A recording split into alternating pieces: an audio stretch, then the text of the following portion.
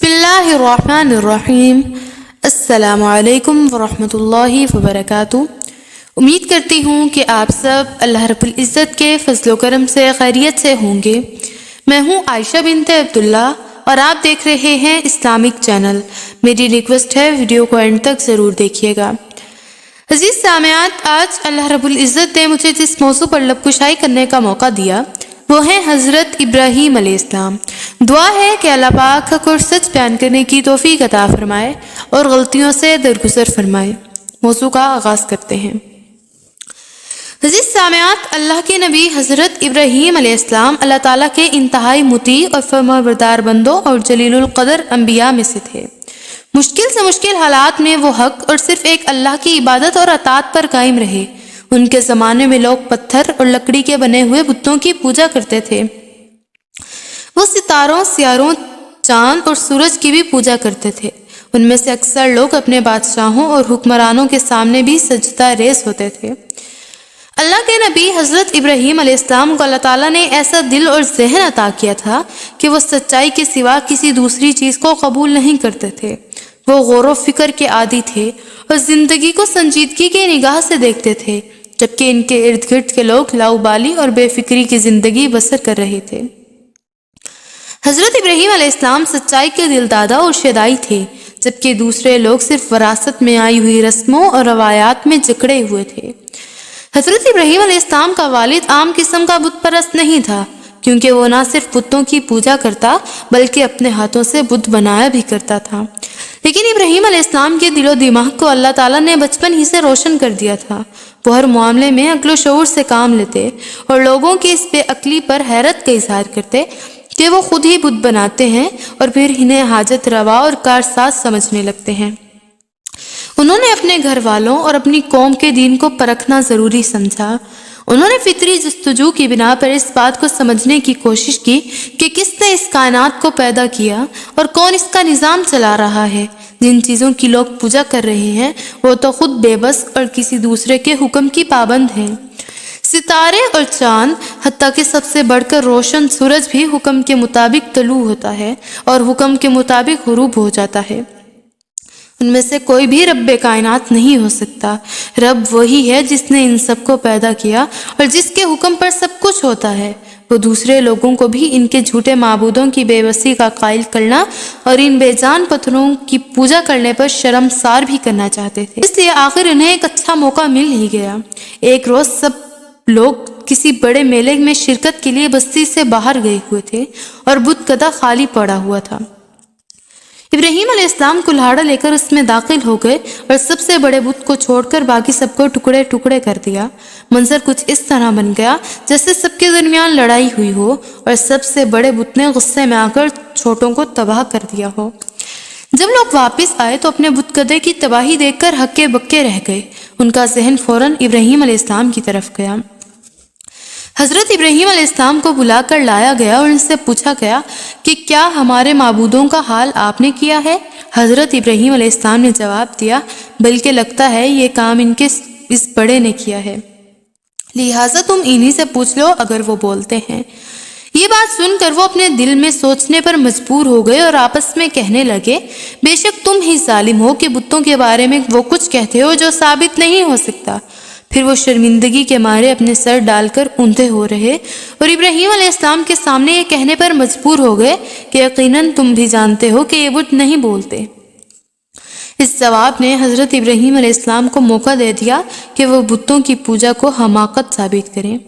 جو بات ابراہیم علیہ السلام اب تک کہتے آئے تھے وہ خود مشرکوں کے منہ سے نکل پڑی تھی۔ بت پرستوں پر اپنے چھوٹے اعتقاد کی بےہودگی واضح ہو چکی تھی، لیکن وہ اپنی غلط ضد پر ڈٹے رہے۔ اپنی شکست کے باوجود انہوں نے ابراہیم علیہ السلام کو سزا دے کر اپنی خفت مٹانے کا فیصلہ کیا۔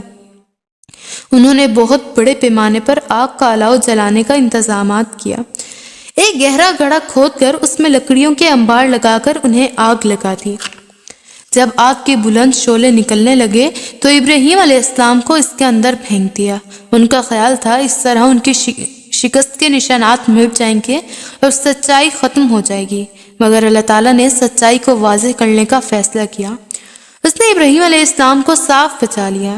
اس کا ذکر قرآن مجید میں یوں آیا ہے، بسم اللہ الرحمن الرحیم قلنا یا نار کونی بردا وسلاما علی ابراہیم، ہم نے کہا اے آگ تو ابراہیم پر ٹھنڈی اور سلامتی والی بن جا۔ اس واضح دلیل اور عظیم معجزے کے باوجود قوم توحید کو ماننے پر تیار نہ ہوئی، بلکہ ابراہیم علیہ السلام کے والد اس حد تک پہنچ گئے کہ ابراہیم علیہ السلام سے صاف کہہ دیا کہ اگر تم ہمارے بتوں کو برا بھلا کہنے سے باز نہ آئے تو میں تمہیں سنگسار کر دوں گا، اور یہ کہ تم مجھ سے الگ ہو جاؤ۔ اب حضرت ابراہیم علیہ السلام کے پاس اس کے سوا کوئی چارہ نہ رہا کہ وہ اس گمراہ اور ضدی معاشرے کو چھوڑ کر اللہ کی توفیق اور اس کی ہدایت کے مطابق کوئی نیا ٹھکانہ بنائے، جہاں ایک اللہ کی عبادت اور اطاعت کی بنیاد پر نیا معاشرہ وجود میں آئے۔ حضرت ابراہیم علیہ السلام وہاں سے نکل پڑے۔ آخر کار انہوں نے اللہ تعالیٰ کے حکم پر ارض مقدس کے لیے ایک بے آباد علاقے میں ٹھکانہ بنا لیا۔ حضرت ابراہیم علیہ السلام کی شادی ان کی چچا زاد سیدہ سارہ علیہ السلام سے ہوئی۔ حضرت ابراہیم علیہ السلام کی بیوی حضرت سارہ علیہ السلام کے ہاں جب خاصا عرصہ گزرنے کے باوجود اولاد پیدا نہ ہوئی تو سیدہ سارہ علیہ السلام نے حضرت ابراہیم علیہ السلام سے کہا کہ وہ ان کی لونڈی حضرت حاجرہ علیہ السلام سے شادی کر لیں۔ چنانچہ ابراہیم علیہ السلام نے حاجرہ علیہ السلام سے شادی کر لی، جن کے بدن سے حضرت اسماعیل علیہ السلام پیدا ہوئے۔ بعد میں حضرت سارہ علیہ السلام کے ہاں حضرت اسحاق علیہ السلام پیدا ہوئے۔ ابراہیم علیہ السلام کو اللہ تعالیٰ کی طرف سے حکم ہوا کہ وہ اپنی بیوی حاجرہ علیہ السلام اور بیٹے اسماعیل علیہ السلام کو لے کر ایک ایسی وادی میں جائیں جہاں نہ پانی تھا اور نہ فصلیں اگتی تھیں، بالکل بے آب و گیاہ وادی تھی۔ ان کو حکم ہوا کہ وہ دونوں ماں بیٹے کو صرف اور صرف اللہ کے آسرے پر اس جگہ چھوڑائیں اور جب اللہ کی اجازت ہو تو ان سے ملنے جاتے رہیں۔ اللہ تعالیٰ نے اس جگہ کو آباد کرنے کے لیے حاجرہ علیہ السلام اور ان کے بیٹے کے لیے ایک چشمہ زمزم جاری کر دیا۔ جب حضرت اسماعیل علیہ السلام کچھ بڑے ہوئے تو اپنے والد کے ساتھ ان کا بھی سخت امتحان ہوا۔ اس امتحان میں باپ بیٹا دونوں کامیاب ہوئے۔ اس کے بعد حضرت ابراہیم علیہ السلام اور حضرت اسماعیل علیہ السلام نے مل کر اللہ تعالیٰ کا مقدس گھر خانہ کعبہ تعمیر کیا۔ بیت اللہ کی تعمیر کے بعد اللہ تعالیٰ سے دیگر چیزیں مانگتے ہوئے ابراہیم علیہ السلام نے یہ دعا بھی فرمائی: ربنا انی اسکنت من ذریتی بواد غیر ذی زرع عند بیتک المحرم ربنا لیقیموا الصلاة فاجعل افئدة من الناس تہوی الیہم وارزقہم من الثمرات لعلہم یشکرون۔ اے ہمارے رب، بے شک میں نے اپنی کچھ اولاد ایک بے زراعت وادی میں بسائی ہے تیرے محترم گھر کے پاس، اے ہمارے رب، تاکہ وہ نماز قائم کریں۔ چنانچہ تو بعض لوگوں کے دل ان کی طرف مائل ہونے والے کر دے اور انہیں ہر قسم کے پھلوں سے رزق دے تاکہ وہ شکر ادا کریں۔ اللہ تعالیٰ نے یہ دعا قبول کی اور شہر مکہ پر اپنی برکتیں نازل فرمائیں۔ مکے کا علاقہ بنجر اور پتھریلا ہے، مگر یہاں ہر طرف خوشحالی اور مادی وسائل کی سہولتوں کی فراوانی نظر آتی ہے۔ وہاں آپ نے یہ دعا بھی کی: ربنا وابعث فیہم رسولا منہم یتلو علیہم آیاتک ویعلمہم الکتاب والحکمت ویزکیہم انک انت العزیز الحکیم۔ اے ہمارے رب، اور انہی میں سے ایک رسول بھیج جو ان پر تیری آیتیں پڑھے اور انہیں کتاب و حکمت سکھائے اور انہیں پاک کر دے، بے شک تو ہی سب سے غالب کمال حکمت والا ہے۔ آج یہ دنیا کا مقدس ترین شہر ہے جہاں دنیا کے چاروں کونوں کے مسلمان حج اور عمرے کے لیے حاضری دیتے ہیں اور اس میں واقع کعبہ شریف کی طرف رخ کر کے نمازیں ادا کرتے ہیں۔ دعا ہے کہ اللہ پاک دین اسلام کی سمجھ عطا فرمائے اور اس کے مطابق زندگی گزارنے والا بنا دے۔ ویڈیو اچھی لگی ہو تو دعاؤں میں ضرور یاد رکھیے گا، لائک شیئر اینڈ سبسکرائب کرنا مت بھولیے گا اور بیل آئیکن کو ضرور پریس کر دیجیے گا۔